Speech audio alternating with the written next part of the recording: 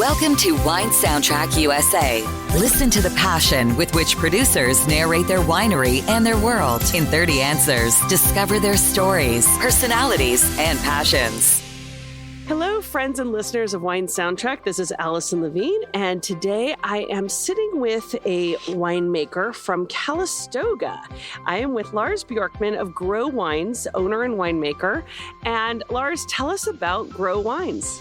Oh, hi, everyone.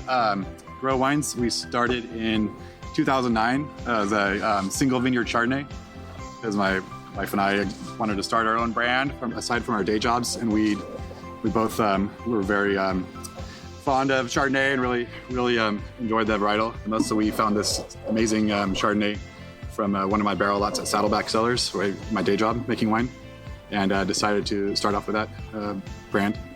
After a few years of just making the single vineyard Chardonnay, we branched out to 3 more reds. A single vineyard Nebbiolo from Sonoma Coast, a Cab Franc from Calistoga, where we live, and a Howell Mountain Cabernet, which is a very nice place to grow Cabernet. Can't go wrong there. Can't go right there. So you don't have any estate fruit, is that correct? You're sourcing all your fruit? We are sourcing all our fruit. We do not own any vineyards or a winery. We don't have a tasting room either, but we enjoy making wine and moving around the country. Oh, sounds good. Well, so on that note, you mentioned what type of wine. What is your total case production? Next month, I'm bottling close to about 475 cases. So we're not really ramping it up. It's only so much space at Saddleback, but that's sort of our comfort level with our busy lives. Great. So you're a small producer and, you don't have a tasting room. That doesn't mean people can't try the wines, but I'm curious where people can find your wines and if you're in any markets. Well, we always we sell direct to consumer, and when people come up and visit the Napa Valley, sometimes they ask if where can we taste your wines, and I'll meet them somewhere and pour them the wines, and could be anywhere that where we have I work my day jobs or in Calistoga. But besides that, we have a website you could order online, and I'll get it to you as fast as possible and keep it nice and cool for you. We're in several restaurants and retail shops. Oh, great. So Lars, when you think back to your childhood, what's your first memory relevant to wine? Or maybe it wasn't your childhood, but what is your first memory relevant to wine? My primary memories are my parents had a wine cellar in Fresno. So it was stocked with lots of French wines and Napa Valley wines. I used to visit Napa Valley all the time from Fresno. And I just, with dinner, they'd have a nice glass of red wine, and I'd see it, and it smelled nice. And I didn't really think much about it when I was a child, but the influence was there around the table, nice long conversations at dinner, and just seemed to pair well with the food. Also in Fresno, I grew up around table grapes and raisins. Mm-hmm. Not exactly wine grapes, but we were surrounded by farm country, so I quickly kind of was influenced by that. Right, absolutely. Yeah, one way or another. And as you grew up and started drinking wine, is there that first wine or one of those aha moments in wine? And do you remember what wine it was that gave you an aha moment? Probably in college at Davis. I think I joined the Viticulture and Enology program before I was even 21 years old, but we started with some tastings. We had to sign a waiver that we were going to spit it out, and we all did. But that moment, everything quickly learned one wine after another, and really you just build upon each wine we tasted, and that was a good start. And then we formed a tasting group at school, and we'd pick a country or a varietal, and it'd probably be $6 a bottle, but they all tasted amazing. And now it probably wouldn't taste as good as it did. Right. Yeah. But was there a standout, any particular variety or a region or specific wine that you recall that you went, oh my God? We once, my half cousin and I once went into his grandparents' cellar, and we opened up bottle of Bordeaux because there was 11 or 12 of them. We thought we could get away with opening one. And it was absolutely amazing. And I still, to this day, I'm not sure if it was how amazing it was because I didn't understand the labeling back then. But that one really stood out. This Bordeaux that who knows what it was. But and you don't remember the vintage? The aromas and the flavor of it. Oh, wow. So if we come into your home today, what sort of wines would we find in there? Are you drinking mostly local, or are there a lot of French wines in there too? Or others? My wife is pretty much stocked the fridge with rosés, so she's all about the rosés right now. And I find myself mostly drinking or tasting or drinking wine at home to some project I'm working on, or some varietal that I want to know more about this vineyard that we're buying, and I'll go buy the other person who's buying, the other winery who's buying this vineyard, and taste that. So I'm just experimenting a lot at home right now, and still sticking with Chardonnay, of course, where it all started. Of course. Chardonnay. And is there a particular wine you opened recently that drank really well? The last wine that I had, I have to think about, was probably a rosé. We like to Provence rosé, the rosé from Provence, and I'm not sure what the brand was, but I got a few bottles here at in St. Helena grocery store. It was nice. I enjoyed the color. It was a very light color. Not bad, go to the grocery store, get a great wine. Not bad. And all our own wines are drinking well too. Yes. So, do you think there's a such thing as a perfect variety? No, I'd say Cabernet is pretty perfect, and a lot of the reasons that people are making it so well, everyone's making it here in Napa, is it is pretty easy to make when you get the best fruit, you get good fruit. So that's a varietal that's pretty safe.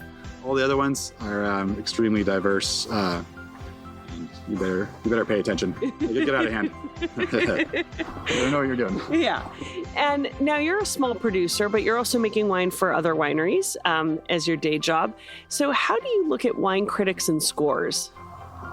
I tend to trust my own palate more so. At first I was following the scores more so, and kind of gauging my palate with their scores. But right now, I'm not sure if I've just moved on because I've gotten a lot more knowledge and experience that I don't really need to follow the scores. I'll enjoy one particular brand or varietal or region more based on just knowing more about it, and whether the score. Sometimes quite often I'll enjoy the wine if it's lower scoring than higher scoring, because I know for why that critic may have given it a higher score. Yeah, absolutely. Yeah. You have a little insight into the style of that critic, and if you don't agree with it, then you go the opposite way. Yes, we tend to do that. And some of the poor vintages as well, we tend to like. If it's a cold year and high acid, things like that are pretty nice to balance out the fruit here in the warmer California. Yeah, I've heard that about the 2011 vintage that people sort of poo-pooed, and now it's drinking quite well. Extremely aromatic. You'll get the most aromatic out of that. A lot of lavender and very floral. It's pretty nice, yeah. Very cool. So as a wine drinker, red, white, or rosé? 8 months of the year, I go with white, because when it's sunny. It's always sunny in California. We can't complain about the weather, but white wine, cold white wine, the colder the better. Tend to go with that, a little higher acid. Those 4 months, holidays, I go with the red. And to be honest, I'm not a big rosé fan, but my wife is, so if she has a bottle, I'll usually try some. Opens the bottle, then I'll try it. And you had a good one the other day, so not bad. That's one. Still or sparkling? Still. And food pairing. You're drinking white wine, as you said, per the weather and most of the year, and then red wine with the holidays. Throughout the year, when you're making a meal or going out to eat, how do you approach food and wine pairing? Do you follow rules, or do you have certain tricks you use, or you don't really care and you just drink what's in front of you? Sometimes little tricks I do are I'll put the red wine in the refrigerator for up to an hour, and I don't mind having a cold red with something like salmon or tuna mixed with rice or something like that. But otherwise, I'm I'm trying to follow the European model of, they grew the grapes where the food grew well, or where that, where the seafood was, and they kind of grew the grapes to match that food, and I'll kind of match that. I have a few books on that are extremely helpful too, and I'm kind of stumped on what to have with with what food. It'd be kind of tricky. Like, what do you have with artichoke or something? Like what that. do you have with artichokes? I looked it up the other day in this book. I was like, what to eat, what you drink, and it was rosé or sparkling or certain whites. Yeah, because that's very challenging artichoke. Tend to get stumped sometimes, or beans are tricky and things like that. So you're looking to try to find a pairing, whether or not you know how to do it on your own. You're looking for a resource and something that guides you so that you can find the best harmony between your food and wine. Yes, because we're always cooking interesting things that we trying to mix it up a little bit, and sometimes you cook something kind of weird, and you need to think about what you're going to have with it. That's right. So there's one, but definitely you want to have Cabernet or Merlot with steak and red meats. You can't beat that. Yeah. So for somebody who hasn't had the pleasure to taste GRO Wines, what do you think they're missing out on? They are missing out on our well-balanced wines, the flavor profile of these single vineyards. I think they're really gonna enjoy these wines, or else we wouldn't put them in bottle. So Fair enough. Feel free to comment on the wines. We'd love to hear your comments. But I want to assure you that you're gonna enjoy it. And if not, please tell me why, because we're always learning as well. But I enjoy having our wines as well, so hope you do too. Good. Well, I'm starting with a Chardonnay, and so far so good for me. If space aliens were to land on your property, which of your wines would you want to welcome them with as an introduction to GRO Wines?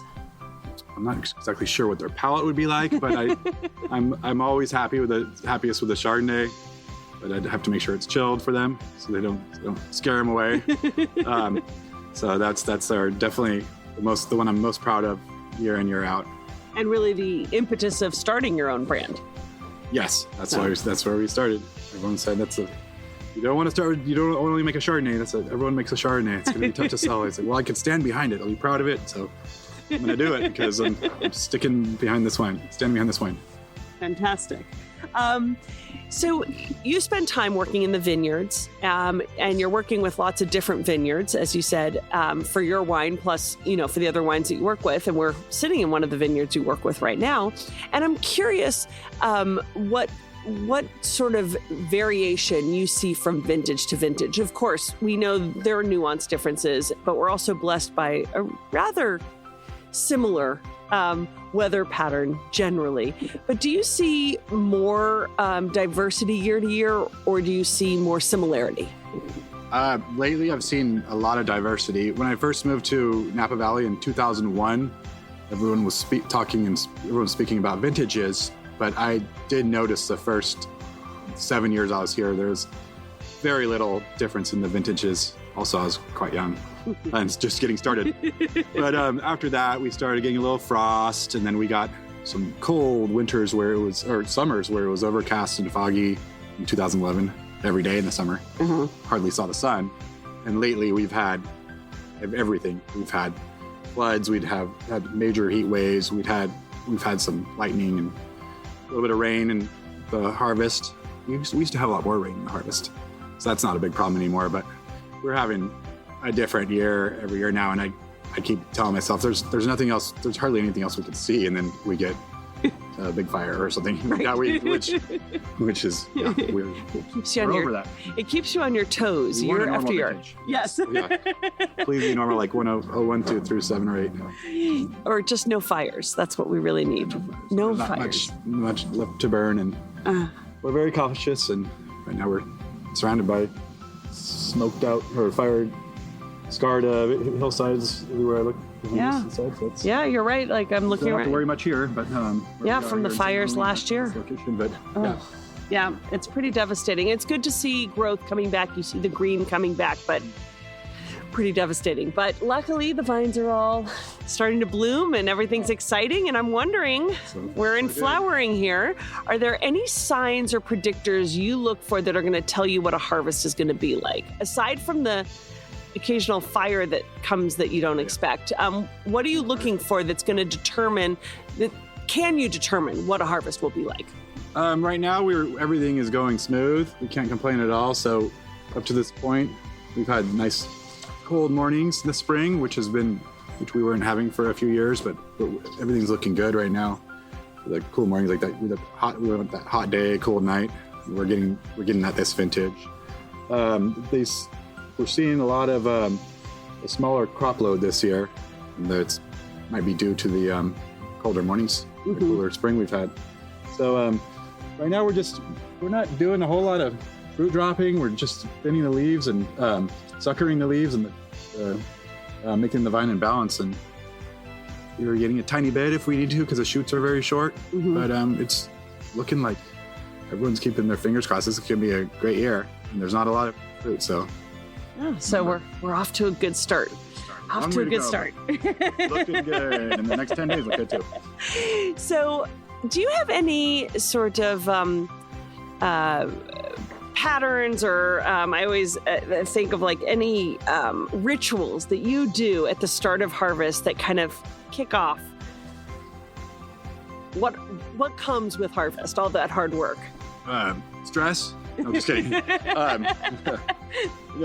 We try to plan a vacation before harvest and really relax, knowing that it's going to get pretty busy. But then we, after vacation, just visit the vineyard as many times as we can until harvest, and then we eventually we're so ready we start twiddling our thumbs and by then people will start before us because it's the valleys, so it goes from people start sparkling and wineries start sparkling and things like that before us. So you're just trying to get ready, and you can't really relax because the whole valley's started somewhere with harvest, and we're just waiting for our still wines to get ready. So pretty much just try to relax. Yeah. And breathe. And when you're visiting the various vineyards, or maybe when your wine's in the cellar, have you been known to talk to it? And if so, what do you say to it? I mostly listen to it, but I put my ear in the barrel and see if hopefully it's not talking to me too much. But that's a good thing. So we want it to be nice and quiet in there, and I don't want to wake the wines up at all. But you don't play music or anything? No. No, I play music when I'm tasting and blending. That does help to get you enthused, and yeah, that's a nice combination, music with blending. But yeah, no, I try to leave the wines alone, topped up and alone, if they're tasting good, and if not, if they need some work, then I'll start talking to them and say, please turn the corner. So when you were little, what did you want to be when you grew up? I changed my career pursuits several times. When I was little, the first thing I wanted to be was a garbage man because they had strong muscles. That was back in the day when they used to throw the garbage with their two hands over the. I hear that from a lot of men. Really? I had never heard that before, but I remember sticking with that plan for about 3 years. But then it became kind of drifted. Then it became more like want to be a doctor or something that a lot of people are probably throwing out there. Yeah. And now, of course, you're a winemaker. You went to study wine and make wine. You studied enology to make wine, and now you make wine. When you're not working, how do you spend your free time? Lately, I've been trying to do nothing on the weekends because I found the weekdays are getting busier and busier than they used to.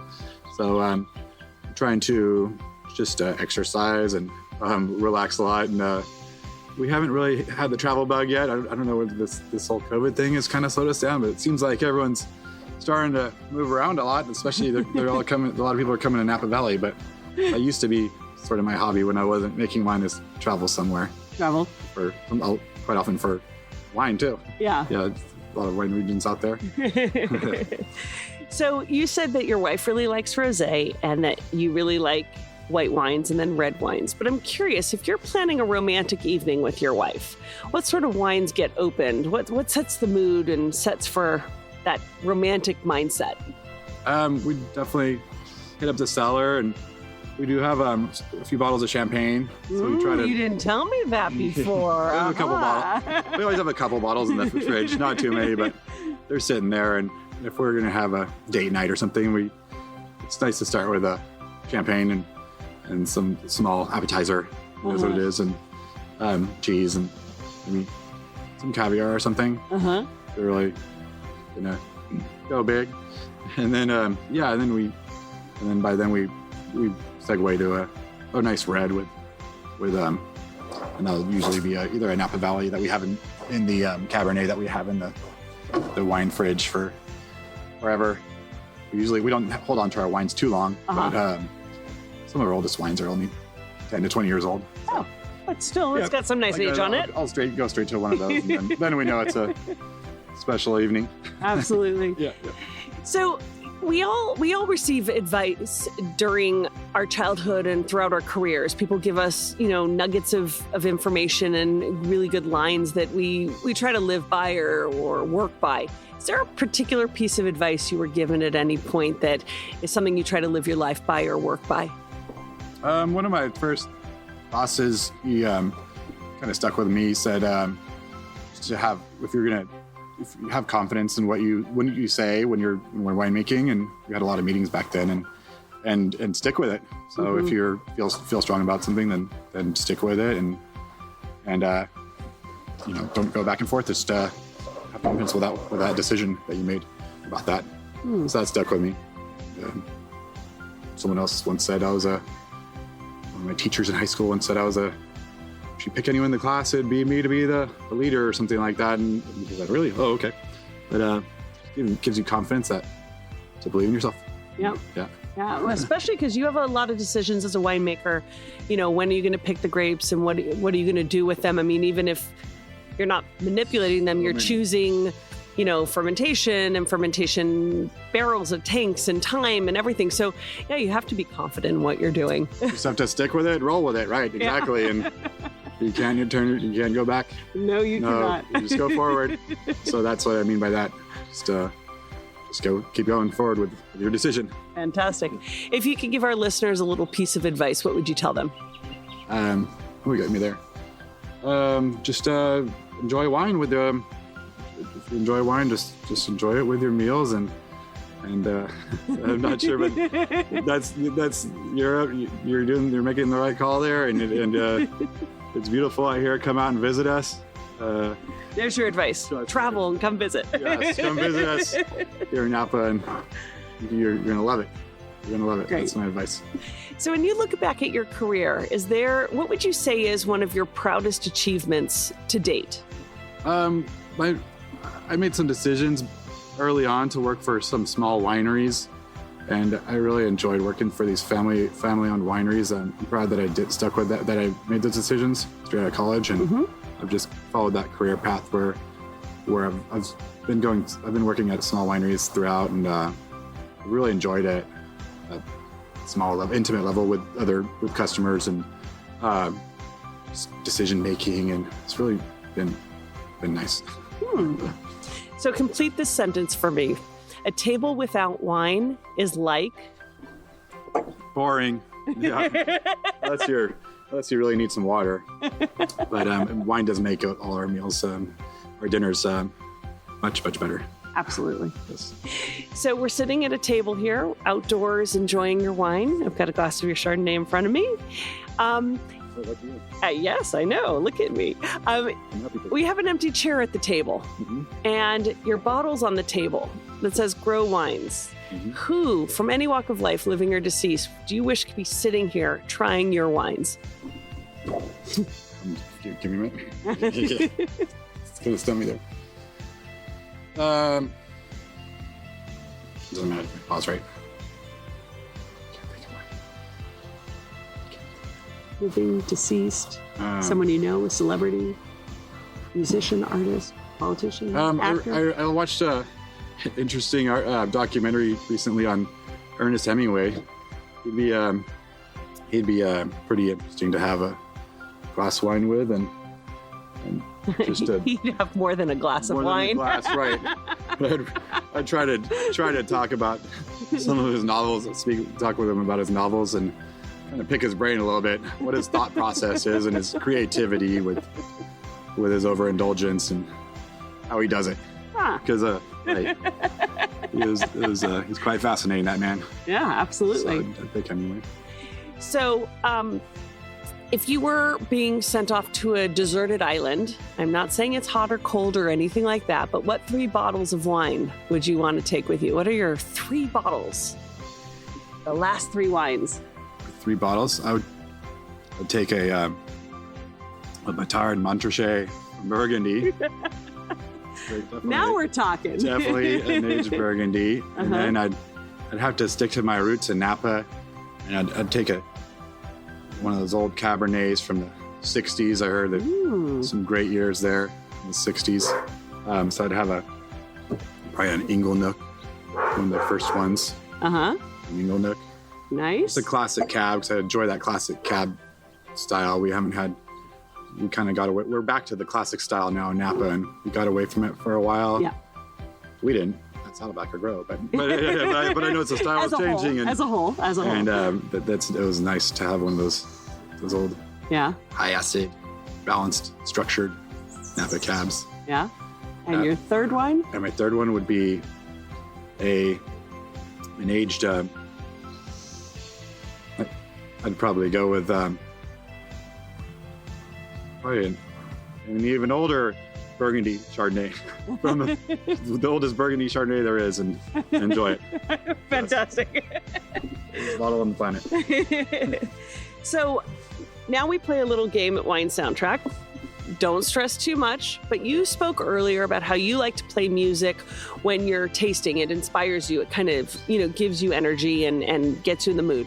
And wine conjures up emotions, as does music. So talking about your wines, I want you to pair them with music. You can tell me a genre. You can tell me a musician. You can be specific, vague. I don't care.